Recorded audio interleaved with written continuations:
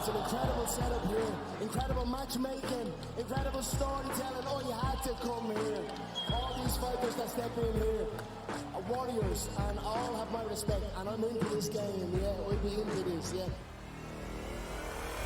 We arrive here in the Maverick Center here in Salt Lake City, Utah. What a night it is going to be. Historic indeed for BKFC 56. Whoever's the king of violence right here, this is going to be a great fight. Early on the turn,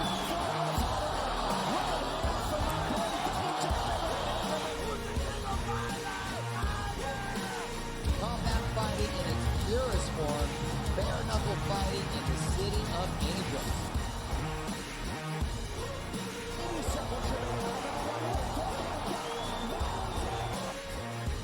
We've got the biggest announcement in the BKFC history we're about to make, so let's make that announcement. What's up, Knucklemania? The notorious Conor McGregor here. Ladies and gentlemen, the huge announcement that I have for you today. Conor McGregor, myself, and McGregor Sports and Entertainment is now an owner of Bare Knuckle Fighting Championship. Welcome to the big leagues. David Feldman, baby, we did it. He's now an owner of BKFC with us, and we're going to take this motherfucking thing all the way to the top.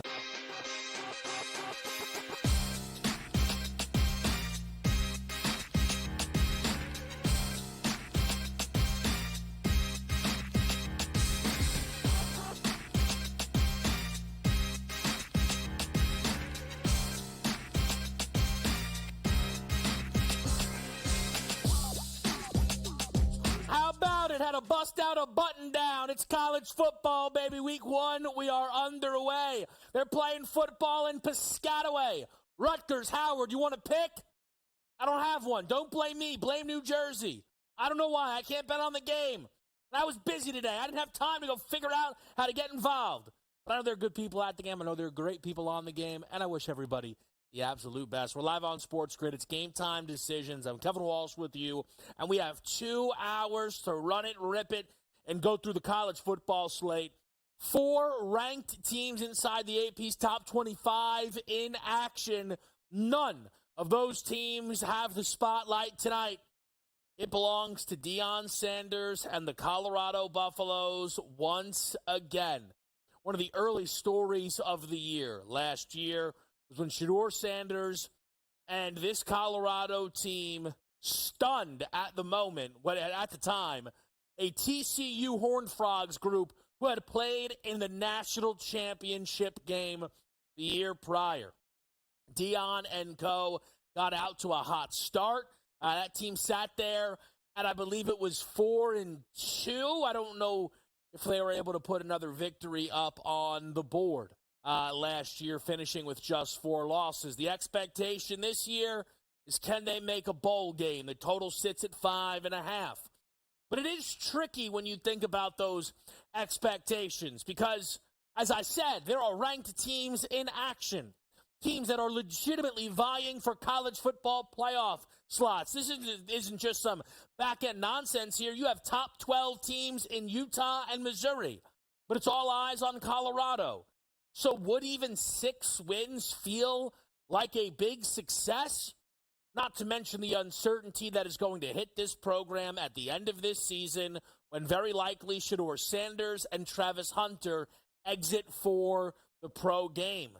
But maybe those superstars, a pair of kids that could potentially be top 10 picks in next year's NFL draft, could lead to this team pulling a shocker, winning the Big 12, which would mean they would make the college football playoff.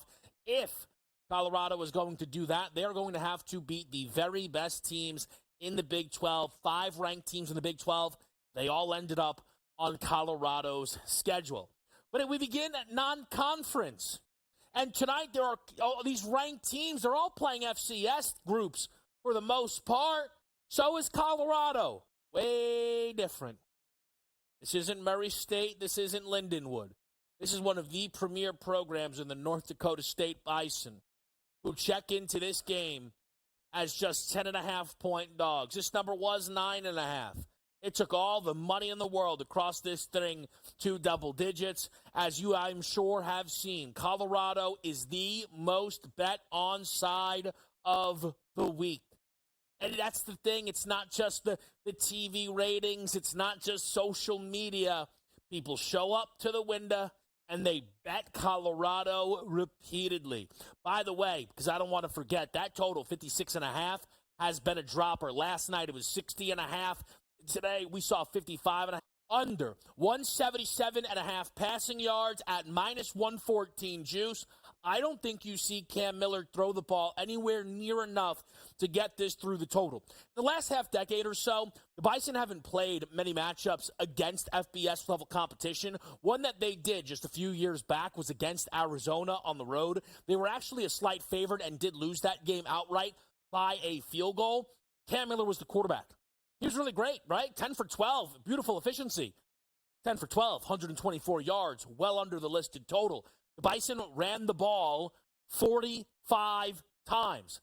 And if you're going to challenge this Colorado team, you better do it on the ground, because in that secondary is a superstar, and that's Travis Hunter, the Shohei Ohtani of college football. Here are your Travis Hunter props. That's 73.5 yards, 6.5 catches, and an anytime touchdown score. And I just mentioned that he might very well be the best quarterback in college football. He's one of the top 5. That is the expectations with respect to Will Johnson, Benjamin Morris, and a lot of other greats. We know that Travis Hunter can get the job done in the secondary. How will he get the job done in the pass-catching game? Very interested to see what it looks like for Hunter playing both sides of the ball once again this season. But if he's going to get it done, it's going to mean Shedeur Sanders gets the job done as well. Some season-long props are available on Shedeur. 350.5 yards, over 25.5 passing touchdowns. You see that 40-1 Heisman ticket, which Shedeur is going to have to go wild in order to get there. This team's going to probably have to make the college football playoff if that's going to happen as well. There is a slight part of me that wonders, with I think Dion probably selling so much of this Colorado team, and I'm sure his son on the NFL, could there be a shutdown moment where this Colorado team isn't going to get, across the finish line, and the last 2 or so weeks, Shedeur does not play? Because that could really hurt some season-long numbers. But none of that to worry about for tonight with a huge, huge number on Shedeur. 304.5, 2.5 passing touchdowns is your prop. I'd like to tell you a little tale. It's almost unbelievable, but it is true, because you can check the footage.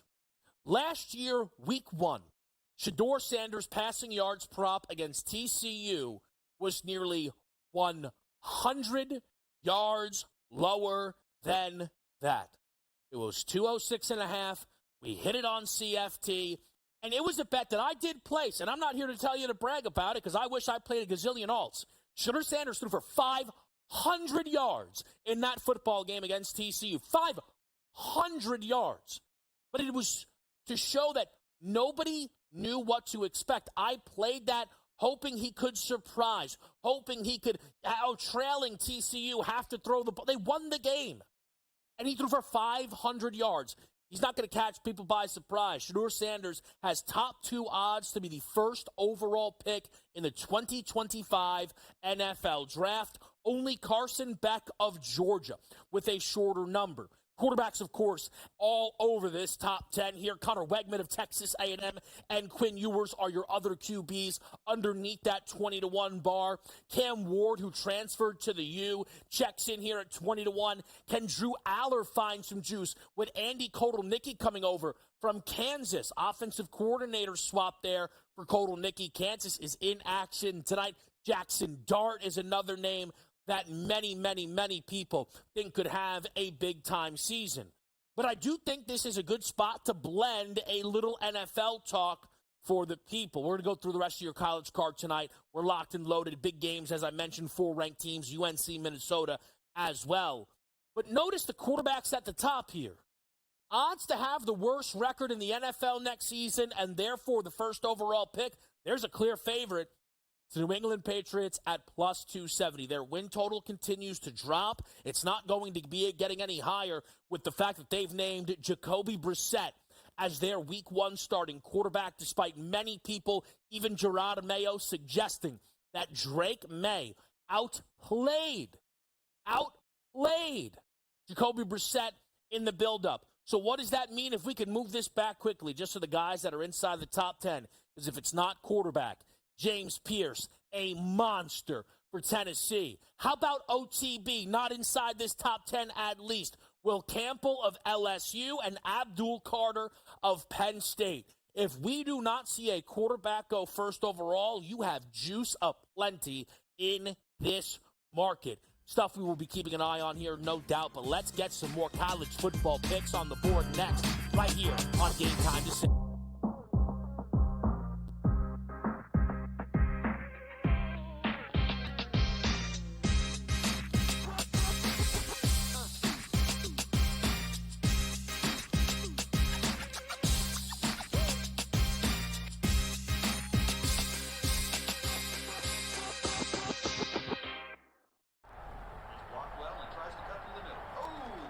Your gut says Miami is going to win, and you should take the over.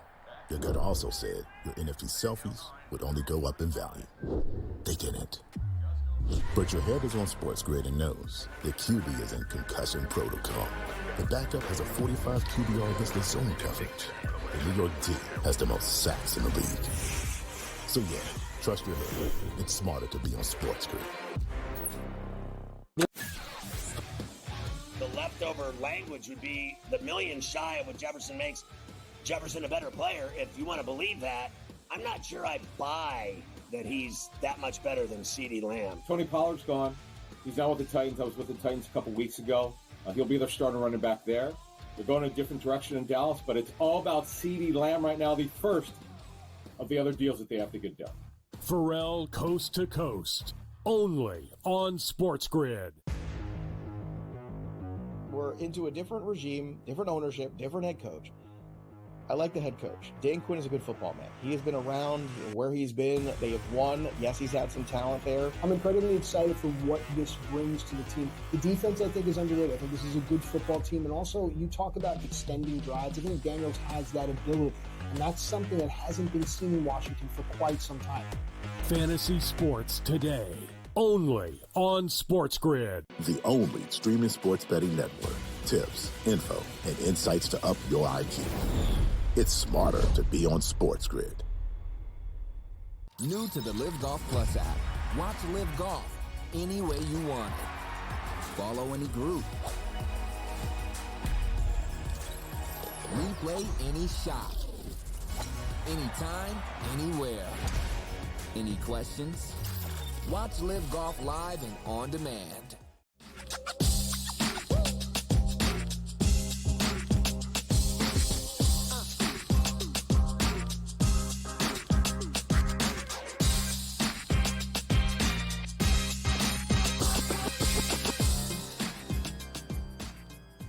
Let's get to it, folks. We're live with you right here. It's little Game Time Decisions on a Thursday night. Rutgers football is out there against Howard right now. Rutgers opening drive, punt.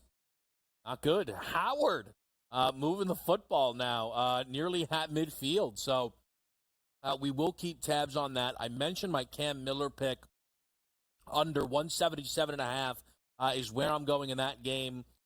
With the North Dakota State quarterback for me, having a number just a bit too high. He was under that game in 6 out of 11 regular season games, and I know that it's a defense that's not great with Colorado, but I think it can certainly be better this year. I think Travis Hunter, Shiloh Sanders, another year better. So I'm happy to play that under for a team that I think is going to look to run the football. Just to give people an idea, there is some disparity in the market on that game. 10.5 is kind of your middle number, but there's a flat 9 out there, 9.5 and 11. So numbers are kind of moving all around. This total's dropping, though. We're seeing a flat 55. I may principal play this over here because if this Colorado team does have it going, I think they will chase big points here. They're going to want the chance to flex muscle, and that's just kind of who they are, and I don't really blame them.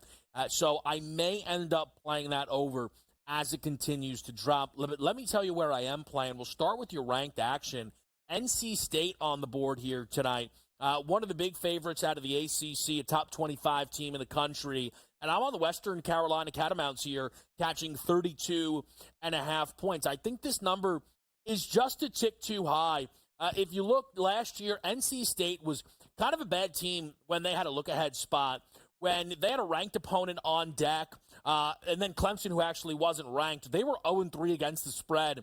Well, NC State has one of their very biggest games of the season coming up next week against the Tennessee Volunteers. Look, I know that many believe for the ACC this year, out of conference may not matter. Just win the conference games and get in. But there's 12 spots available, which means there could be multiple at-large spots available for a conference like the ACC. And NC State taking one off Tennessee would go a long way. So I think there's going to be eyes put on that game.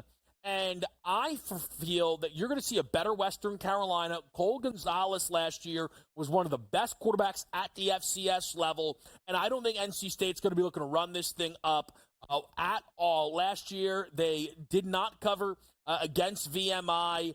And I know that NC State they're better than these FCS teams by margin, but I think Western Carolina is one of the better FCS teams that they've played in the last 3 or 4 years here. So I'm going to take 32.5 points with the Catamounts. Missouri and Murray State is the one game I'm passing on. Couldn't get there. Too much back and forth. If you made me play it, the smart play is probably just taking the points with the Racers, but I didn't feel good enough getting involved with this game. I did feel good enough to get involved with Kansas, but I don't know if you are waiting until this moment to get involved, should still do so. You see that 49.5 number? That thing was 44.5 earlier on today. And look, I'm not telling you I expect this team to win by 45, 46, 47, 48, 49. But that is a lot of movement that we've seen here in favor of Kansas. I do agree with, though. I think you get a ready-to-rock KU with Jalen Daniels, who's not played football since last September. All the expectations in the world for the kid heading into last year at Kansas just could not get on the field. And I think he's going to be out there with a point to prove. And I think the same thing is going to be true for the offensive coordinators. Jeff Zimbrowski steps in. I mentioned Colton Nicky goes over to Penn State. A lot of hype around there. And to some degree, maybe the guys at Rock Chalk Jayhawk are happy for Colton Nicky, but he left for the same exact job. So Kansas is going to want to show that, hey, you know what? We're fine without you. We can absolutely perform here at a big level, and I think they're going to chase points in a major way against a terrible, terrible Lindenwood team. But here's the main thing. I have no idea how Lindenwood is supposed to be scoring in this game. So their starting quarterback is projected to be Nate Glantz, who last year was one of 3 quarterbacks for McNeese State who had 300-plus pass attempts. Of those quarterbacks, he was by far the worst. He was the only one with a negative touchdown to interception ratio. He had the worst completion percentage. It was under 50%, and the worst yards per attempt mark. So the third best quarterback on McNeese State now is supposed to check in here and help Lindenwood. This is a team who lost 4 of their 10 regular season games last year by 31, and that was FCS competition. Ranked Kansas, look, they really should win. They could win by 60 if they won this game. I think they certainly win by 45. I do think they win this game by 56 plus. I think this team could very well touch 70 if you want to just play the over here as maybe a safer sizzle. But I think this is Kansas all the way in a big-time route. My favorite bet tonight, that's going to be Utah, Southern Utah, listed under at 54.5. I think if you're betting now, you can get a tick better total than I did, maybe 55.5 out there in the market, which is not that I need to do this, but as you know, I always am honest with you and show you the numbers that I played. So I played a little bit of a lesser number here in this spot, but I really don't care. I don't think this game gets anywhere near 50 points. So these teams played 2 years ago, and I know people are going to chuckle when I say this after I just said I love the under. 2 years ago, this game was 73-7. Utah beat Southern Utah. Utah scored 38 points in the second quarter alone, and Cam Rising threw 254 yards and 3 touchdown passes all in the first half. That is not going to happen here. The follow-up season, Southern Utah played multiple games against power competition, one against Arizona State and one against BYU. They covered both of those football games, and they were getting 30-plus in both of those football games. And more importantly, Utah running it up like that, it's not what they do. Since 2016, which is the other time that we've seen Southern Utah and Utah, a game they only scored 24 points in the 6 games, removing the 73 they put up on Southern Utah, the Utes average 34 points per game against FCS opponents. This game tonight, 38-3. Your final score, bang, bang, under in a Utah battle. We go to the Minnesota-UNC game and a little bit of baseball for you next right here on Sports.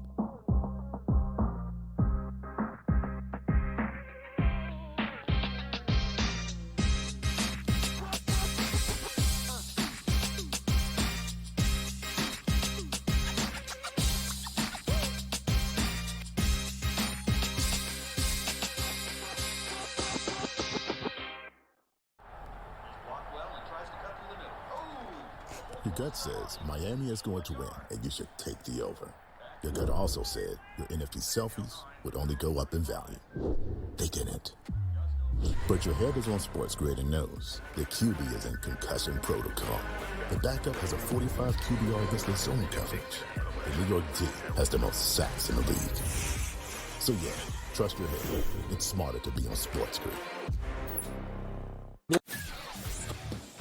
The leftover language would be the million shy of what Jefferson makes Jefferson a better player. If you want to believe that, I'm not sure I buy that he's that much better than CeeDee Lamb. Tony Pollard's gone. He's now with the Titans. I was with the Titans a couple weeks ago. He'll be their starting running back there. They're going a different direction in Dallas, but it's all about CeeDee Lamb right now, the first of the other deals that they have to get done. Pharrell Coast to Coast, only on SportsGrid. We're into a different regime, different ownership, different head coach. I like the head coach. Dan Quinn is a good football man. He has been around where he's been. They have won. Yes, he's had some talent there. I'm incredibly excited for what this brings to the team. The defense, I think, is underrated. I think this is a good football team. And also, you talk about extending drives. I think Daniels has that ability. And that's something that hasn't been seen in Washington for quite some time. Fantasy sports today, only on SportsGrid. The only streaming sports betting network. Tips, info, and insights to up your IQ. It's smarter to be on SportsGrid. New to the Live Golf Plus app. Watch Live Golf any way you want it. Follow any group. Replay any shot. Anytime, anywhere. Any questions? Watch Live Golf live and on demand.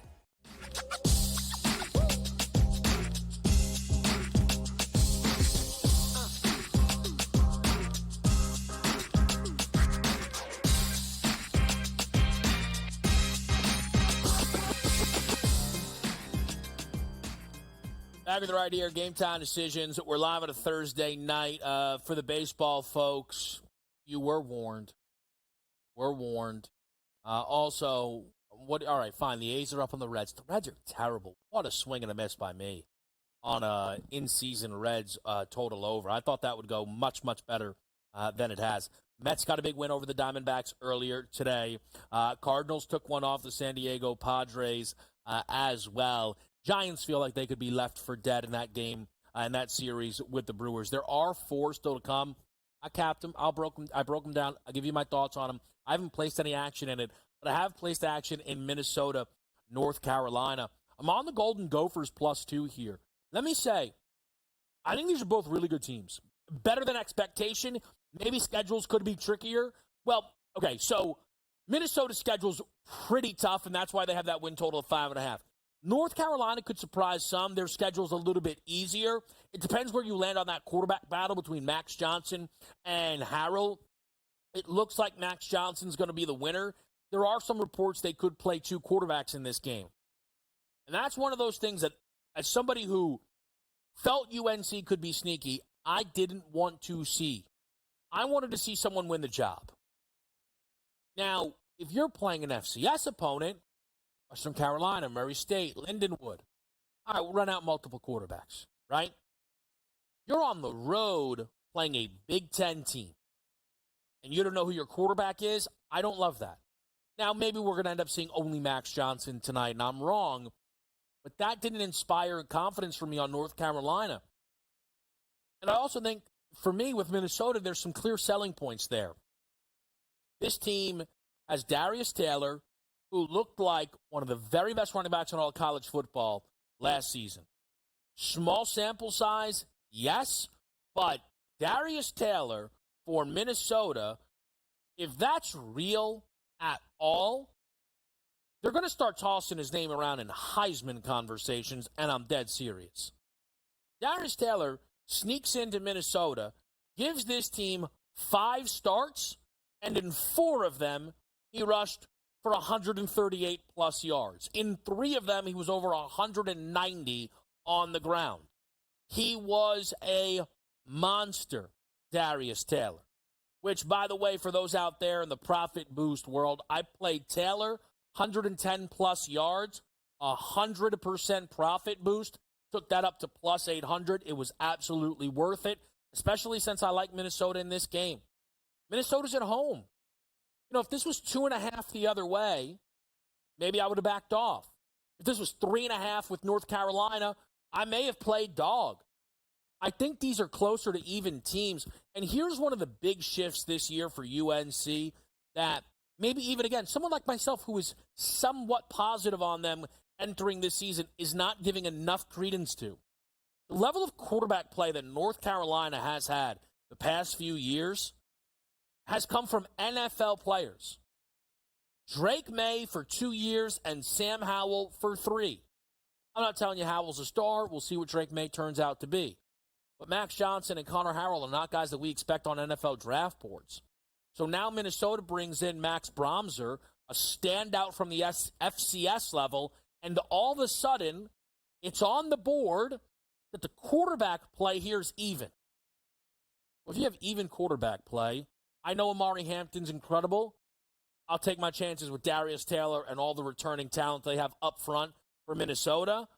And then all of a sudden now, you're going to sell me on a Tar Heels defense being better than the Golden Gophers? I can't get there. I'm on Minnesota +2. We're going to sizzle up Darius Taylor just a little bit.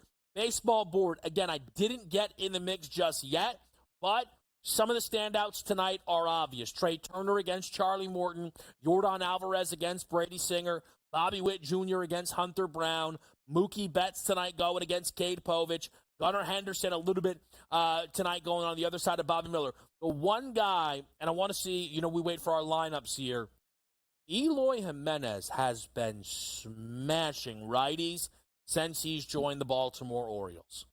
He hasn't gone deep yet.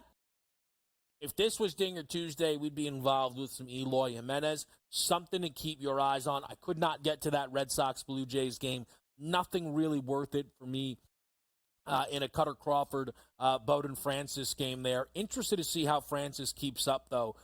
His last performance, 8 innings, 1 hit. I believe he had thrown a no-hitter going into that 8th inning, so that's just one to keep your eye on. A lot of college football, some baseball.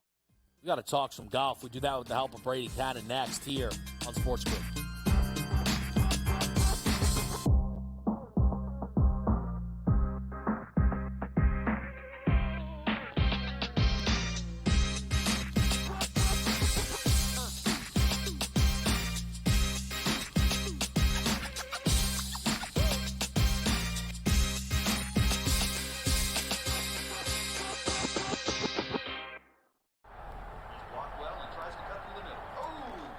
Your gut says Miami is going to win, and you should take the over.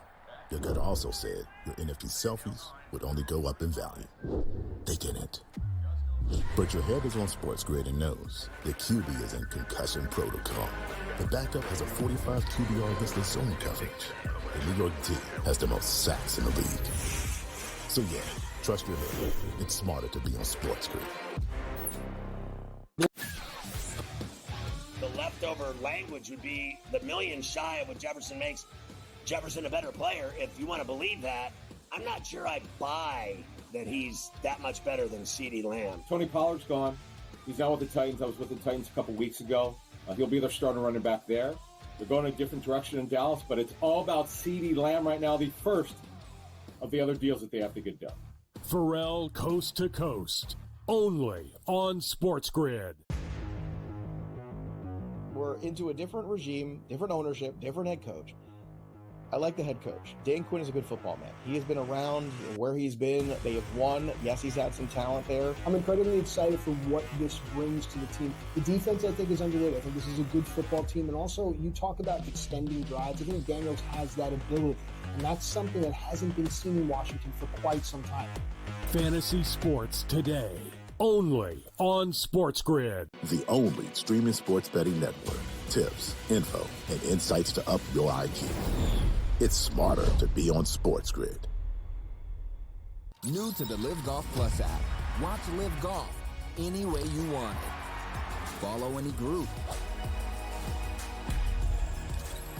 Replay any shot. Anytime, anywhere. Any questions? Watch Live Golf live and on demand.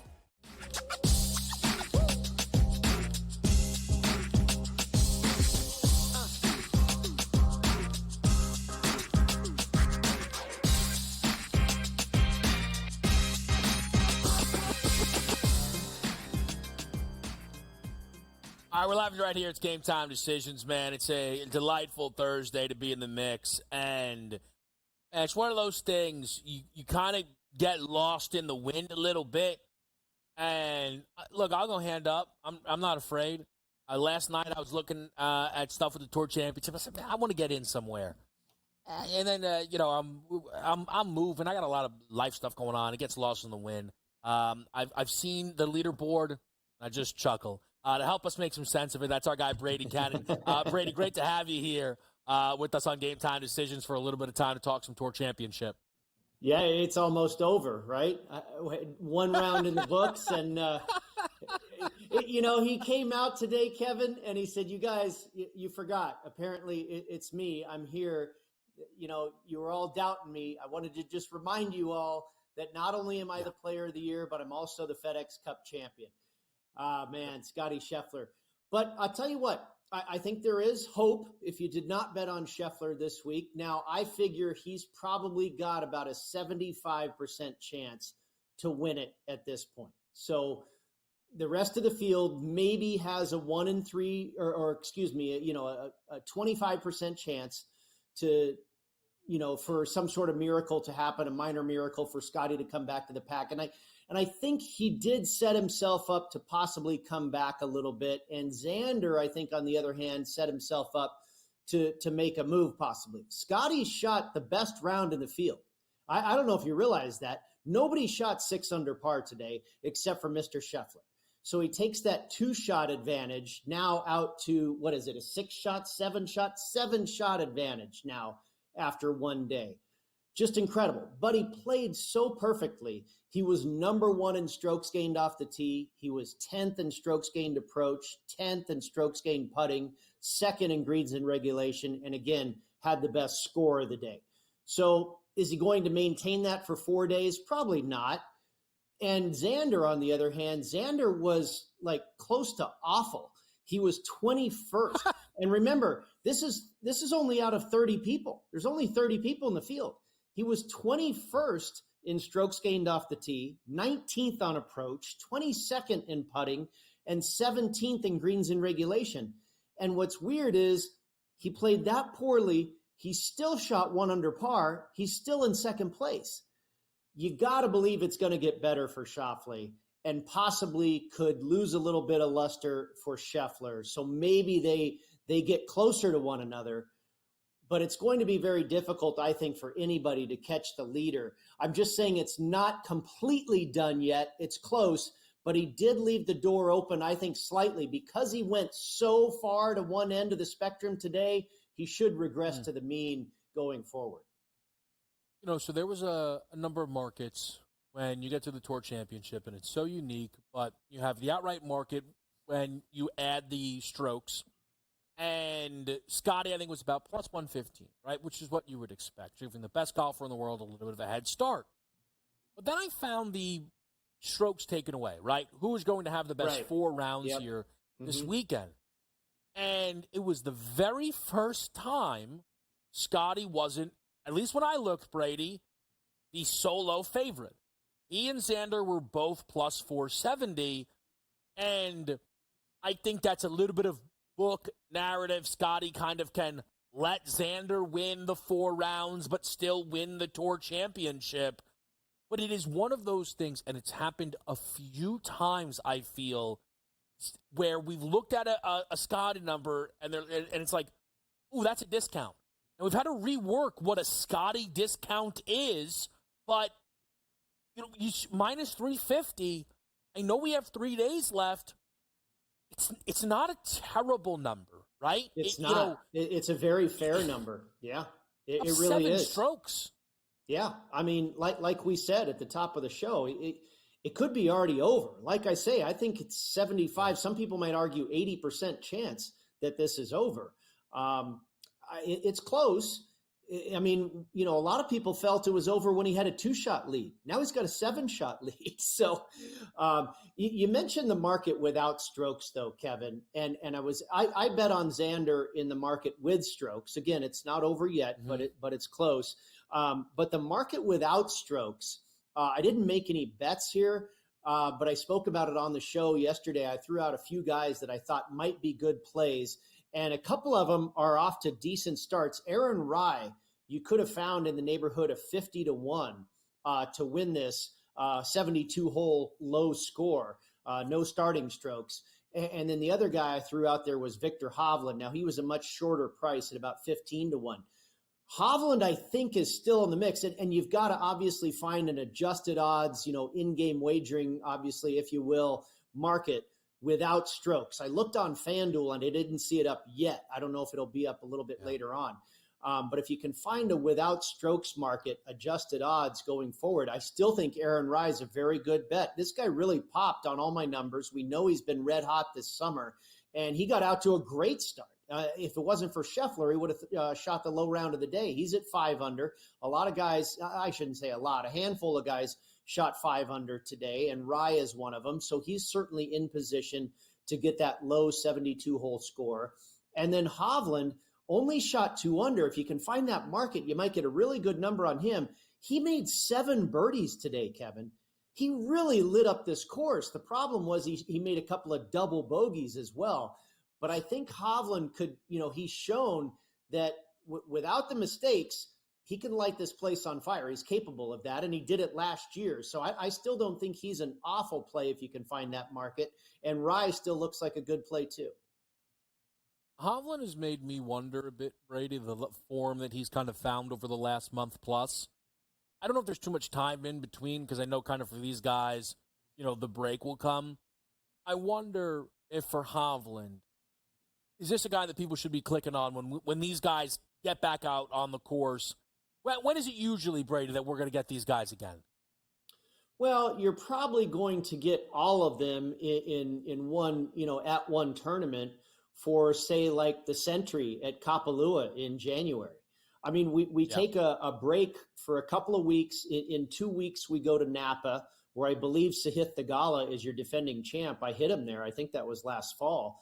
So he'll be there, and you'll probably have a handful of guys that are there. But to get all these guys together, it's probably going to be a signature event, if not a major. And last year, the Sentry at Kapalua, the plantation course there, where they kind of kick off the season, that was a signature event. So I would expect most of the guys to be there. It'll probably be a hodgepodge.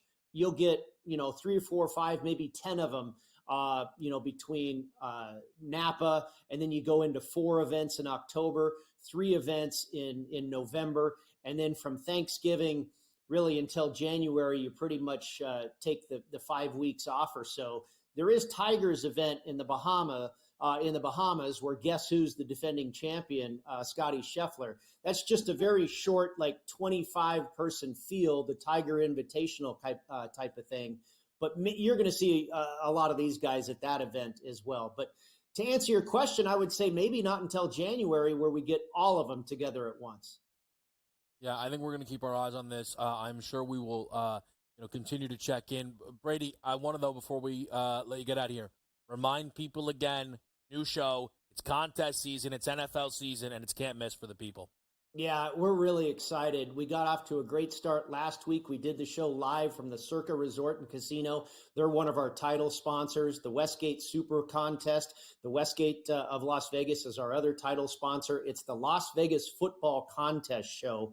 Myself and my co-host James Salinas and Mike Pritchard, we have an entry into each of the three big Las Vegas football contests: Circa Survivor, Circa Sports Million, and the Westgate Super Contest. And we're going to talk about our process, our handicap, and eventually give out our picks on that show. It airs every Friday night. So we're looking forward to it. We have another episode tomorrow and the rest of the way through the regular season. Incredible. Make sure you do not miss it. Brady, appreciate it. We'll talk. We've got Tom Vecchio stopping by next.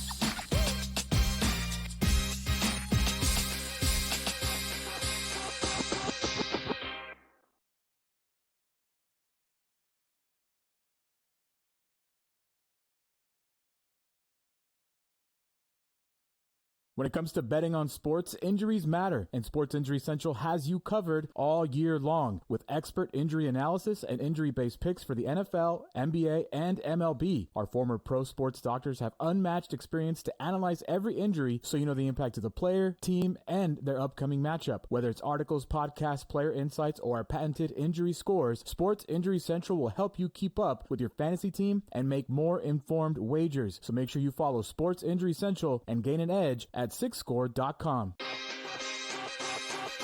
What is the ceiling for this kid? Now that he's got the money, and we saw something click with him, what is the ceiling for Jordan Love in this Green Bay team? Deepest pass target group in the National Football League. 2 stud tight ends.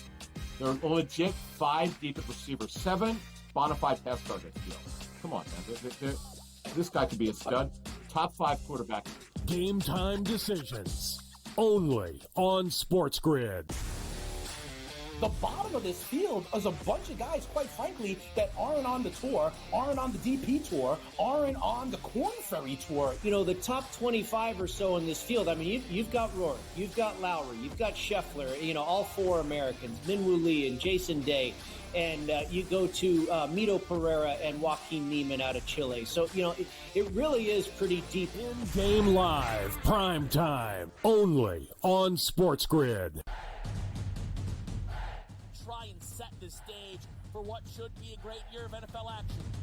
There's a handful of teams that potentially can compete for a Super Bowl championship. Confusion and uncertainty this year more than some in the past. This team looks like it's ready to make a move, but we just don't know if it's bad.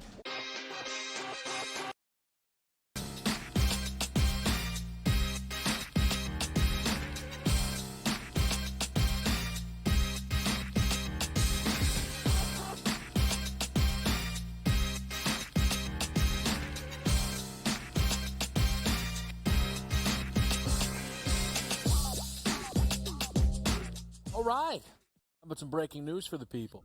Legitimately, big breaking news. During our commercial break, Brandon Ayuk is staying with the San Francisco 49ers. And it is not that surprising as this went on that Brandon Ayuk was going to stay in the Bay. It's a little bit surprising, though, when you kind of factor in everything that led us to this point. Debo's been paid. We know McCaffrey has his money. Kittle. Heard he's going to be an upcoming conversation at some point in San Francisco. A first-round draft choice used on Ricky Pearsall out of Florida. Kind of felt like every indication was the San Francisco 49ers weren't going to pay Brandon Ayuk because that just didn't make sense for their books. Now, I'm not a cap expert. I'm not. I can kind of figure some things out. We're going to figure this thing out here on the fly. But at some point, you got to imagine someone's got to go. Great chance Deebo Samuel is not on this roster. In 2 years, for sure, maybe he's not on this roster as of next year. But the thing is, Brandon Ayuk's not the only guy looking for money right now. Trent Williams isn't practicing. Now maybe Trent Williams is using a holdout that way he doesn't have to show up to practice because he's old and probably doesn't even want to bother with the whole thing. But also, I'm sure he wants his money. He just makes all-pro every year at left tackle. It's kind of wild. I see this, and the interesting thing is, it doesn't help the Niners. It just avoids a knock, right? If they lost Brandon Ayuk, I thought that would be somewhat concerning because Debo has some injury problems. Ricky Pearsall's a rookie and already picked up an injury.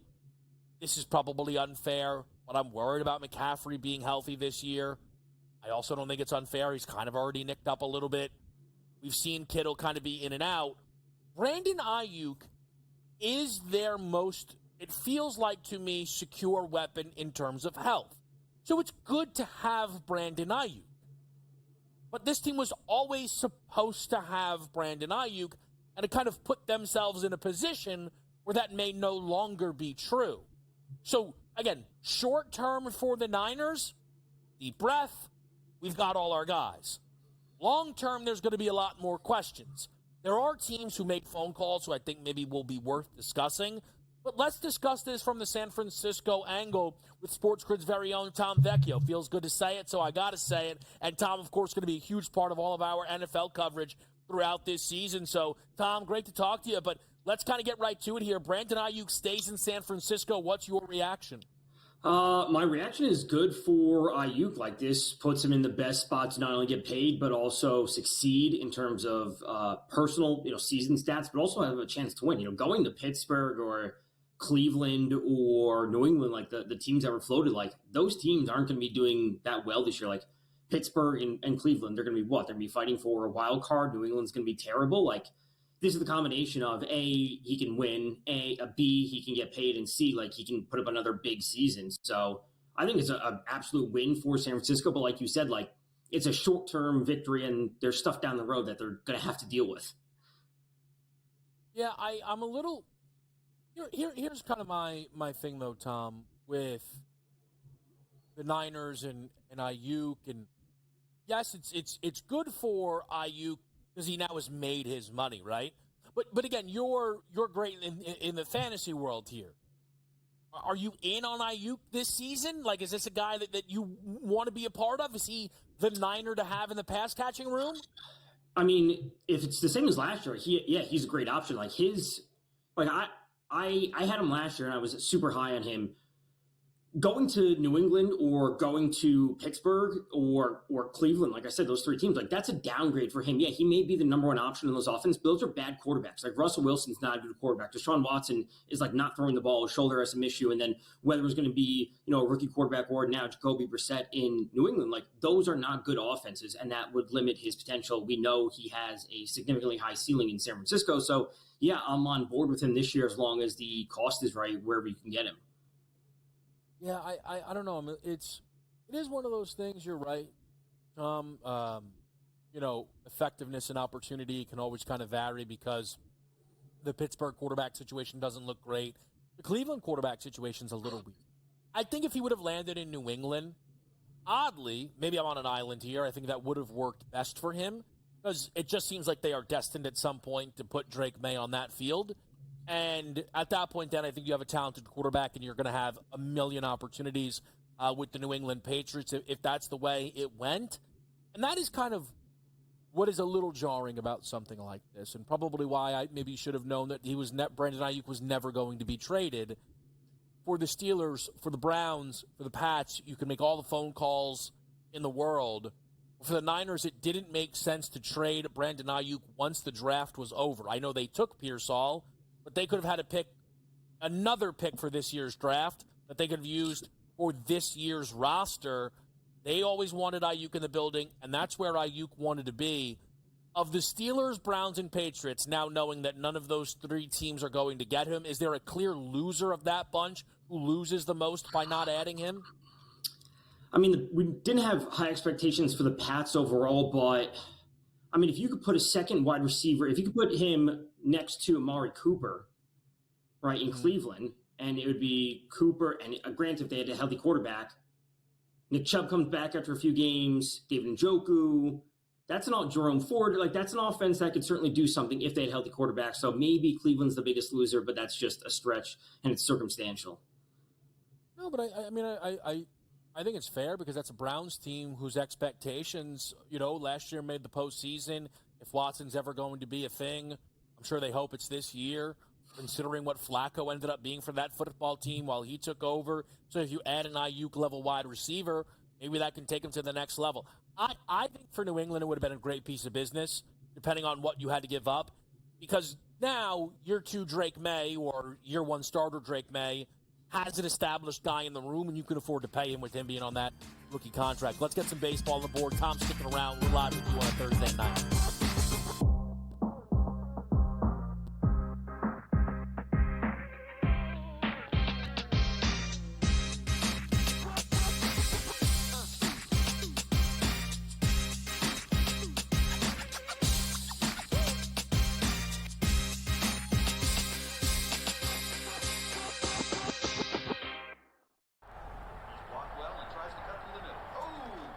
Your gut says Miami is going to win, and you should take the over. Your gut also said your NFT selfies would only go up in value. They didn't. But your head is on SportsGrid and knows the QB is in concussion protocol. The backup has a 45 QBR against the zone coverage. The New York D has the most sacks in the league. So yeah, trust your head. It's smarter to be on SportsGrid. The leftover language would be the million shy of what Jefferson makes Jefferson a better player. If you want to believe that, I'm not sure I buy that he's that much better than CeeDee Lamb. Tony Pollard's gone. He's now with the Titans. I was with the Titans a couple weeks ago. He'll be their starting running back there. They're going a different direction in Dallas, but it's all about CeeDee Lamb right now, the first of the other deals that they have to get done.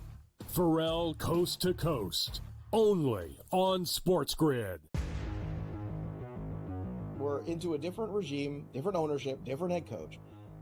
I like the head coach. Dan Quinn is a good football man. He has been around where he's been. They have won. Yes, he's had some talent there. I'm incredibly excited for what this brings to the team. The defense, I think, is underrated. I think this is a good football team. And also, you talk about extending drives. I think Daniels has that ability.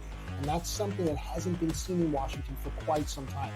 Fantasy sports today, only on SportsGrid. The only streaming sports betting network. Tips, info, and insights to up your IQ.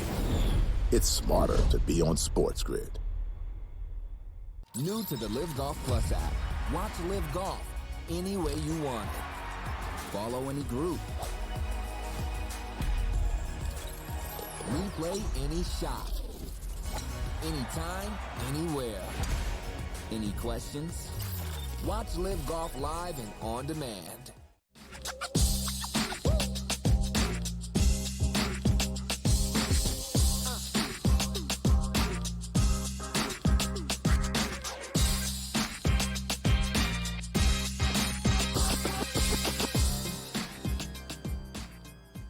All right, we're back to right here on SportsGrid. We're joined by Tom Vecchio.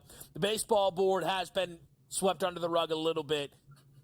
It's not my fault. They took away Dinger Tuesday. Quite frankly, they're lucky we still even talk baseball on this program here. Not Tom's fault either, but I know Tom still has some picks for us tonight on the baseball board. Tom, what are you looking for? Yeah, it's certainly an interesting time of the year for baseball, like you said. College football getting underway, NFL way. Let's go to Kansas City, who are super hot right now, versus Houston.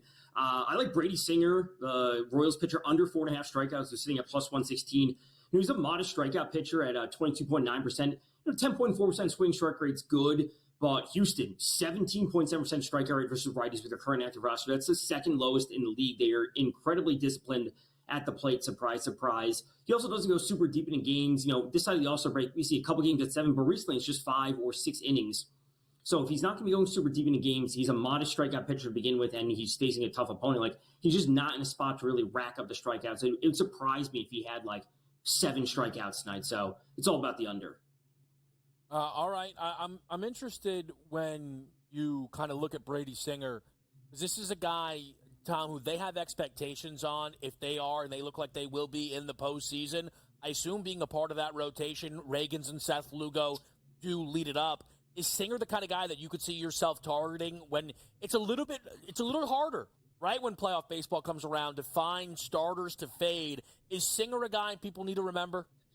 I think so because, he's a ground ball pitcher, and he's a good pitcher. He has an xFIP that's below 4. Like, he can limit the damage, and he doesn't give up a ton of hard contact. He doesn't give up a ton of fly balls. He's mostly ground balls. He's a really good real-life pitcher, is like the term that I like to use from a fantasy perspective. He just doesn't pile up the strikeouts. So he's a player you could realistically take unders on when it comes to the postseason, because we know that pitchers will get the hook super easy in the postseason after 3 innings that they get in any trouble. So an under 4.5, under 5.5 is absolutely the way to go for him.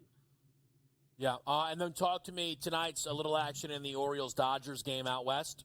Yeah, this is as simple as it can get for the Dodgers. Mookie Betts, 2+ total bases, sitting at plus 105. He's going up against Cade Povich for the Orioles. Highly touted prospect, but a 48-inning sample size from him. He has not been good this year. 537 slugging allowed to righties, 389 WOBA. He's at 50% fly ball rate and 2.14 home runs per 9. So let's go to Mookie versus a lefty. Phenomenal spot, 150 WRC plus. He does not strike out versus lefties. It's at 6.7% this year, which is insanely low, and he's at 326 BABIP. So Ohtani in front of him, Betts up at the plate, Freddie Freeman, Will Smith behind him. They can't pitch around Betts. He will see good pitches. This is a prop he can get done in literally one swing, which I love. So 2+ total bases at plus 105. All right, little Mookie love there. Makes a lot of sense. Now, Tom, there is another NFL season-long number that you are looking at once again in the unders market. Take us through it. Yeah, a lot of unders this year for me on season-long props for a lot of quarterbacks, and that's Derek Carr, under 21.5 passing touchdowns. And there's a lot going into this. It's not just one thing. There's a whole slew of things. So let's start off the fact that the Saints have a bottom 10 offensive line, and we know that Carr has made some questionable decisions at times.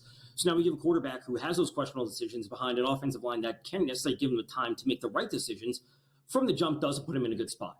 They do have an easier strength of schedule, which I guess is a plus, but the lack of weapons around him in the passing game is what concerns me the most. Chris Olave is awesome. I'm extremely high on Chris Olave long-term. I think he's going to be an awesome receiver, but outside of him, Rashid Shaheed is the number 2. I think he can take a step forward this year. Will it be on an every week-to-week basis? Yet to see. A.T. Perry, Juwan Johnson, Foster Moreau, really bad receiving core, if we're being honest about it. And then Taysom Hill is there, and we have to assume that Taysom Hill is going to steal some of those red zone goal line passing touchdowns away from Derek Carr.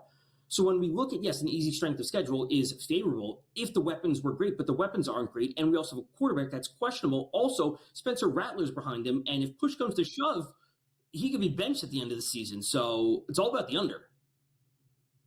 That is spicy. Derek Carr could get the hook for Well, South I'm not, Carolina. listen, if they're not good at the end of the season and we start talking about contract and this and that, he sits the final 3 games because they're 4 and whatever. You think the Saints are terrible? That's all right. Listen, you're a big QB1 guy. Shout out Jake Fromm. Anyone? Trying to think about, DJU, who snuck onto that show somehow. Man, that FSU team's terrible.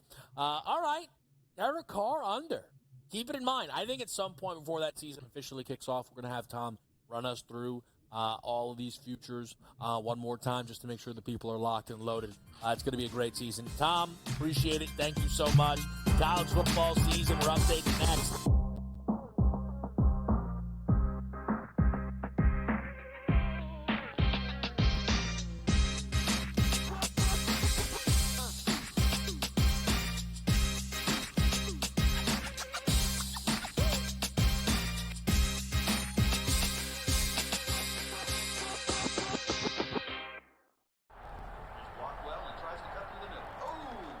Your gut says Miami is going to win, and you should take the over. Your gut also said your NFT selfies would only go up in value. They didn't. But your head is on SportsGrid and knows the QB is in concussion protocol. The backup has a 45 QBR against the zone coverage. The New York D has the most sacks in the league. So yeah, trust your head. It's smarter to be on SportsGrid. The leftover language would be the million shy of what Jefferson makes Jefferson a better player. If you want to believe that, I'm not sure I buy that he's that much better than CeeDee Lamb. Tony Pollard's gone. He's now with the Titans. I was with the Titans a couple weeks ago. He'll be their starting running back there. They're going a different direction in Dallas, but it's all about CeeDee Lamb right now, the first of the other deals that they have to get done. Pharrell Coast to Coast, only on SportsGrid. We're into a different regime, different ownership, different head coach. I like the head coach. Dan Quinn is a good football man. He has been around where he's been. They have won. Yes, he's had some talent there. I'm incredibly excited for what this brings to the team. The defense, I think, is underrated. I think this is a good football team. And also, you talk about extending drives. I think Daniels has that ability. And that's something that hasn't been seen in Washington for quite some time.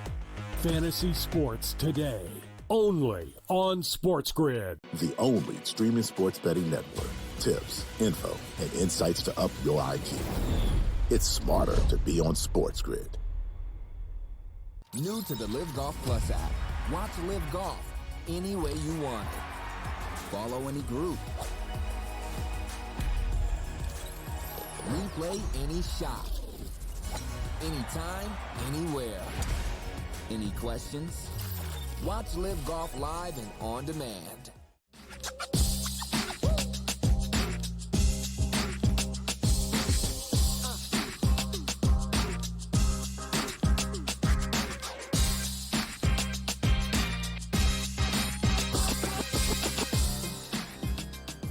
All right, we locked and loaded or what, folks? I mean, come on now.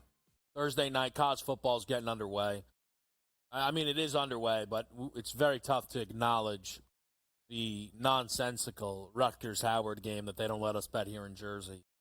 Also, little update, start times are getting moved back. It looks like the NC State start time's getting moved back. That was 7 o'clock. Now it looks like that game's going to be around 7:30.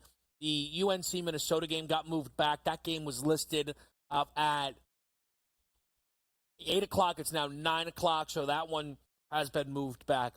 What it does allow us to do, though, is actually kind of reset the futures market, because I've not been able to do this here on Game Time Decisions. And I figure in case you didn't make the College Football Today show, maybe you missed them, I was just trying to pepper them at some point on Twitter, but we want you here. We want you in the mix. We want you in the, getting involved with Game Time Decisions, College Football Today. Pro Football Today is right around the corner. So if you're here, you haven't seen them, and since you really haven't missed a ton, now there is some movement that the FSU loss created, but I figure we can kind of spin and rip on these here quickly, just to, again, if you're trying to make some decisions on, I know there's odds boost out there to make the college football playoff, right? I've got some wagers in that market. I have my bracket we did those on CFT. So I figure we go through those just a little bit. And what I'll do first is give people the bracket, and then we can kind of layer things throughout that. I think that maybe will be a fun little way to do that here for you on this Thursday night. So the college football playoff bracket, 12 teams. The first 4 slots will go to the highest ranked Power Conference champions. I mean, it's really the highest ranked conference champions. It'll be stunning if a group of 5 conference champion grabs one of the top 4 slots. So those 4 slots, which means those 4 buys, in order, for me, Ohio State, LSU, Miami, and Oklahoma State. I do think that Ohio State has the highest ceiling of any team in college football this year. Now, the schedule didn't necessarily break perfectly for them. They actually play, and they're the only ones who play the other top 3 teams in the Big Ten. They have to go to Oregon, they have to go to Penn State, and then they get to host Michigan. I think they will do well in those games, well enough. The Oregon spot is tricky, having to go on the road. I think the Ducks are a tick overrated. You'll still see them inside of my bracket. What I'm looking for is Ohio State to lose that game, and then betting Ohio State to win a Big Ten championship, or maybe even win a national title. My 5th spot belongs to Georgia. And I may look for Georgia off of a loss at Alabama, which I think is very, very possible. And then look for some live Georgia numbers as well. Ohio State and Georgia are the 2 best teams in college football, but I cannot bet them at their current prices here in August in a 12-team format where there is still going to be some uncertainty, and we're waiting to see what a bracket is going to look like. I think some of these sure things to make the CFP have taken value off of teams like Georgia and Ohio State. I did bet LSU. I did put LSU here, and I'll let you know I did bet that team to win the SEC, and I bet Miami to win the ACC. LSU to win the SEC at 12-1 for me is better than betting them at 20-1 to win the title. I think if you're betting that team to win the national championship, you have to like where they're at to win an SEC, right? And the schedule is a part of lining up. I think the offense can still keep a high level, a very high level. I know they've lost a lot at the wide receiver room. Nussmeier is not Jaden Daniels anywhere near the runner, but I still expect LSU's pass attack to be vicious. The offensive line's better year over year. They have arguably the two best offensive tackles in all of college football on the same team. The deal with Miami, who I bet at 4-1 to win the ACC, I'm also betting at 60-1 to win the national championship. Those are the numbers that moved with the FSU loss, and it was a part of the cap. I do not believe in that FSU team because I don't think the schedule broke right for them, and I don't like Clemson all that much either. I think Miami has by far the highest ceiling of the bunch. The offense is clean. Great offensive line, really good skill positions, and Cam Ward, who was awesome last year against ranked competition while with Washington State. 10 touchdowns to 2 picks for well over 300 yards per game in those matchups. If the Miami offense hits, defense can be good enough. I like that team to win the ACC, which means they get a bye, which means they'll be a win away in a rest advantage spot from being in that Final Four. I had to play Miami to win a national championship at that number. I mentioned that Georgia already, who I think would be one of the top teams. I have them at 5 because I have LSU winning the SEC. I have Michigan at 6, Oregon at 7, the Vols at 8, Utah 9, Alabama 10, USC checks in my 11th spot. Then App State, I think, is the best of that group of 5 bunch. And they are at 14-1 to make the college football playoff, which is a number I did bet for App State. They return a lot. Joey Aguiar at the quarterback position.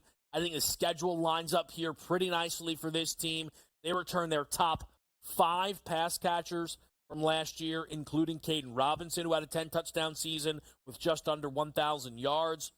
And I absolutely love, look, they're the favorites in the Sun Belt. You know you're going to need to win your conference. They host Liberty, who is a very, very dangerous football team in terms of cracking into the CFP because how easy the schedule is. Well, App State's going to be favored in that game against Liberty at home. I think it goes a long way. I'm playing them at 14-1 to make the CFP. I'm playing Arizona to make the CFP. They're not in my bracket. It's because I love over 1.5 Big 12 teams to make the CFP. So I played Arizona to make it at 11-1, and I played Oklahoma State at 7-1, plus that Big 12 bet there at over 1.5 Big 12 teams to make the CFP. That should be at plus 110 juice, even without even money. That's all good. You're getting at a good price there. I did put Utah in. I think Utah's the best of the bunch. I think the schedule's there for Utah. I think they can get in. I think Kansas State could get in. I think there's a world that I'm not high enough on Iowa State, Kansas State. There's a lot of options there. But I wanted to chase some bigger options, so I chased the bigger option with Arizona at 11-1. Noah Fifita, McMillan. The offense is unbelievable. What this team returns on offense is outrageous, and the schedule broke right for the Wildcats. They play Kansas State and Utah. Guess what? Kansas State's non-conference, and Utah is off a bye. They have chances in those football games, and even if they lose to K-State, it doesn't hurt their chances to win a Big 12.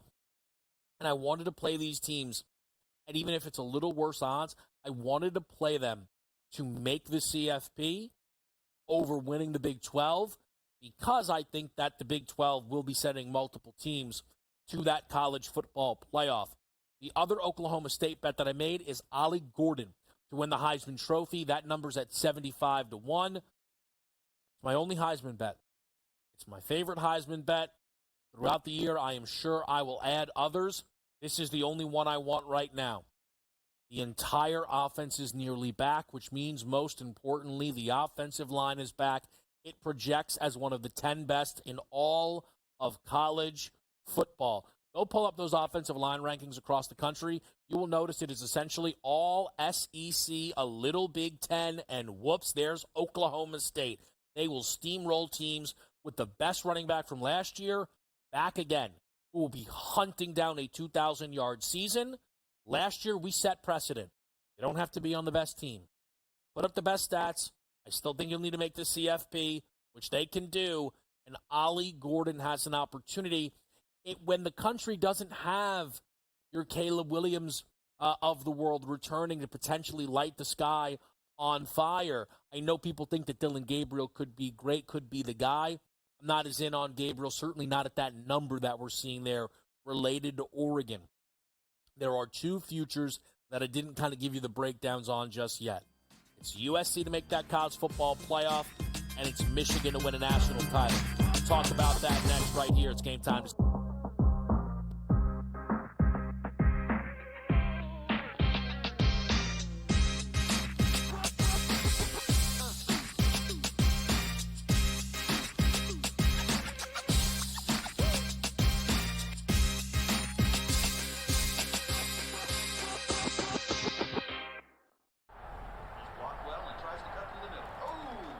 Your gut says Miami is going to win, and you should take the over. Your gut also said your NFT selfies would only go up in value. They didn't. But your head is on SportsGrid and knows the QB is in concussion protocol. The backup has a 45 QBR against the zone coverage. The New York D has the most sacks in the league. So yeah, trust your head. It's smarter to be on SportsGrid. The leftover language would be the million shy of what Jefferson makes Jefferson a better player. If you want to believe that, I'm not sure I buy that he's that much better than CeeDee Lamb. Tony Pollard's gone. He's now with the Titans. I was with the Titans a couple weeks ago. He'll be their starting running back there.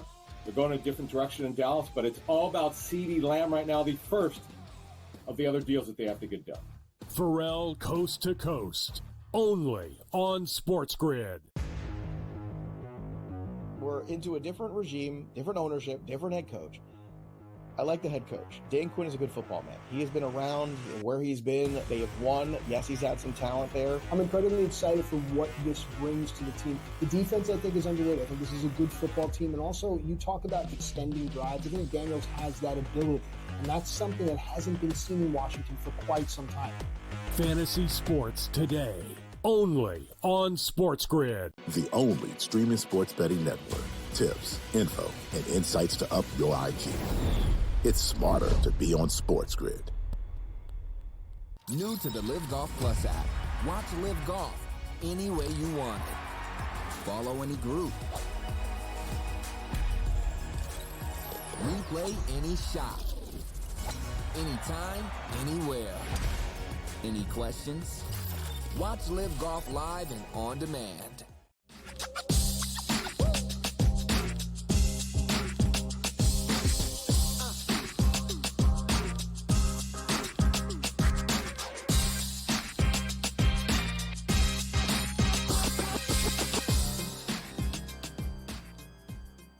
All right, what do we say? We're back with you right here at SportsGrid. It's Game Time Decisions. By the way, on the baseball board, Reds took the lead out of nowhere. They heard the slander. They answered the call. We'd love to see that. Braves jumped out on the Phils 1-0. Let's see who did that. Arcia with a double off Chris Sanchez. I was thinking over in the game. I couldn't get there, though. I couldn't get there. It is also a little bit, and I'm sure a lot of you out there going through this. Boys in the back, they're furious. I get it. But maybe you were betting day baseball, right? Little tougher to get there at the 7 o'clock slate. Really tough to get there at the night slate, even though, I mean, Astros, Royals, Dodgers, Orioles, I mean, those are great games. Great. I mean, Braves, Phillies, what are we talking about here? That's a great four-pack. Little tough when you're running up against the true start of the college football season, and with that, then bring some college football future breakdowns. And the two remaining I haven't been able to get to just yet involve the Big Ten. Let me start with the smaller one, plus 470. USC to go out there and make a CFP. Here's a story on the offense. I know Caleb Williams is gone. Base everything on Lincoln Riley, and everything around Lincoln Riley says that this will be one of the 10 best offenses in college football. Because Lincoln Riley has never not had a top 10 offense in college football. And before you say, but that's because he's had Kyler Murray and Jalen Hurts. And take it easy. Listen, I know all those guys have gone to the NFL, made big money.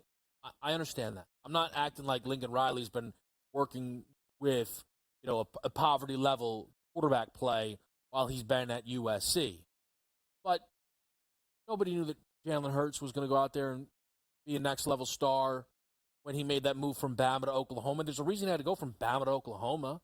Kyler Murray was supposed to be playing for the Oakland Athletics. All right? When Caleb Williams took over for Spencer Rattler, there were questions, not from me, saw it right away. Ask BSS about a gutsy win in Lawrence that he still overlooks to this day. Ask him about it. Tell him OK Dub sent you. He'll know already when you ask the question.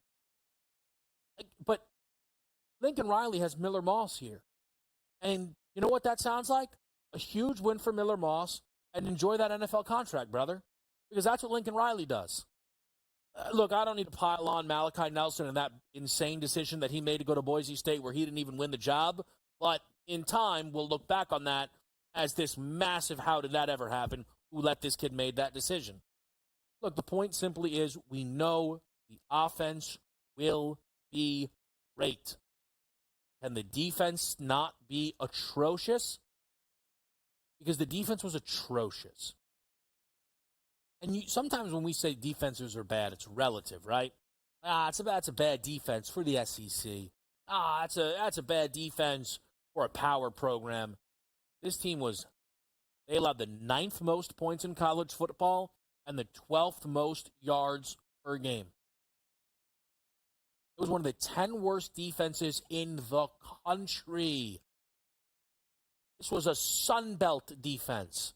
That's a slight to the Sun Belt. How dare I? This was atrocious. Alex Grinch is gone, and they went so hard in bringing in high-level defensive minds. They attacked that coaching room more than they did the portal, and you are going to see this team be better. And the schedule is difficult. I gotcha. But that's not all bad. At least that's, for me, how I am viewing, for me, teams' chances to make the CFP. If you're USC, you lose week 1 to LSU, that's okay. You can survive. You have to clip off a Penn State who comes to your building, a Notre Dame who comes to your building. I think USC can get in there at 9-3. I think it's very, very possible that Notre Dame USC November 30th will be for a spot in the CFP. I kind of think USC is going to win that one. Most unbiased man history of sports media. You know how I am about Notre Dame. I'm telling you like I see it. I'm telling you like I see it. And at what point are people going to understand? You get the story. Now, on that USC schedule is a trip to Michigan. And it's a part of a very interesting schedule for the Michigan Wolverines where they bring great teams into their building. And not just number 23 USC. How about number 4 Texas? How about number 3 Oregon, plus a trip to number 2 Ohio State? Nobody wanted to book Georgia on this one. Any truth that Harbaugh left not because of a chance to coach Justin Herbert, not because of any fines that were coming down, but because the schedule was no longer a cakewalk? You know how this team opened last year? East Carolina, UNLV, Bowling Green. Year before that, Colorado State, Hawaii, UConn. This team plays Texas in week 2. Yeah, Harbaugh was never sticking around for that. That's okay. I think Michigan can win the game. Michigan has megastars, both sides of the ball. Will Johnson could end up being a top 5 pick. Mason Graham's a beast on the defensive line. Donovan Edwards is a top 5 running back in college football. And Colston Loveland might be the best tight end in the sport. We got to figure out what the quarterback room is going to be. But I trust Sharon Moore to figure it out. Because Sharon Moore was the head coach of this football team and play caller when they went to Penn State last year. Watched J.J. McCarthy throw the ball once, no times in the second half. He finished the game 7 of 8 for 60 yards. And they won 24-15 at Happy Valley. He was 24-9 at the 2-minute warning. Come on now. I got you. It's a tough schedule.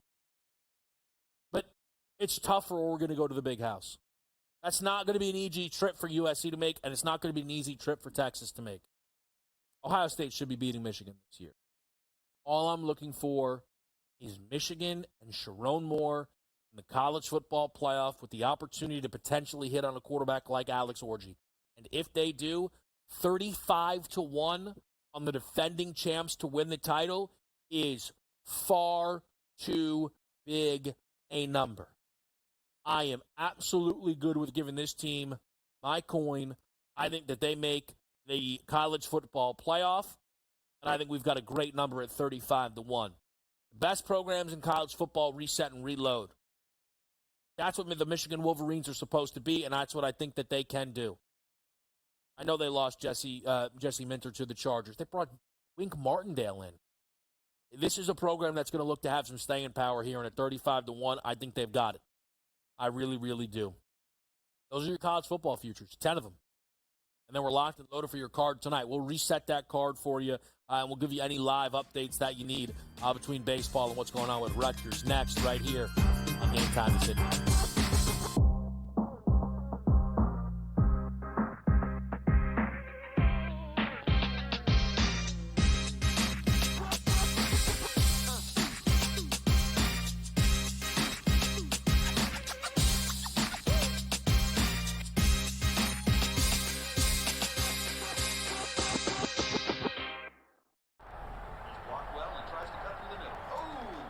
Your gut says Miami is going to win, and you should take the over.